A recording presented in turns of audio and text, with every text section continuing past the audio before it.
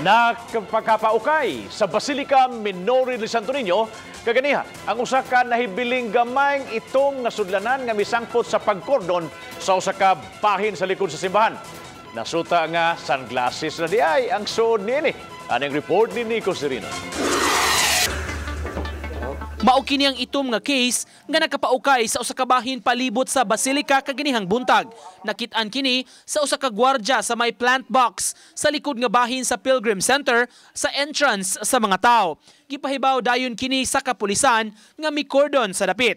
Sa nahitabo, usa ka entrance sa Padre Burgos Street sab ang temporaryo nga gisirad-an kaganiha. Pipila ka mga bomb-sniffing dogs ang gigamit aron pagsusi kung delikado ba ang maong item. Nasuta nga branded nga sunglasses radiay ang sulod niini.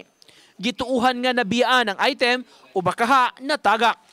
Murag na ay kuan sa tanom ba, pasig nahulog to siya. Adunay ni punit gibutang ra diha or nabay ni lingkod diha, pero di man pwede palingkuran diha kay gate naman nga gamay. Basin nahulog to aning gibutang diha sa kuan.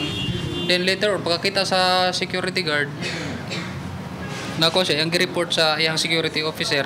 Taliwa sa nahitabo sa pagkordon sa dapit, wala ra hinon kini makabalda sa misa. Matud ni Pumarejos, human maklear ang lugar, gibalik ra sa pagbukas ang entry point sa compound sa simbahan.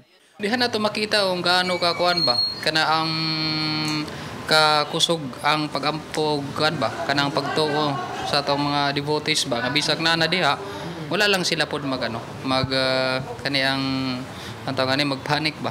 Nang hinaot ang PNP padayong magmaigmat ang katawhan kung may mga kadudahang butang nga makita nila. Di lang sila mag-panic no sa usay mga katingalahan because ang atong kapulisan no and other units sa gobyerno alerto sila and then rest assured nga any incidents like this is we will be performing it, we will be dealing it with the kung unsay isakto.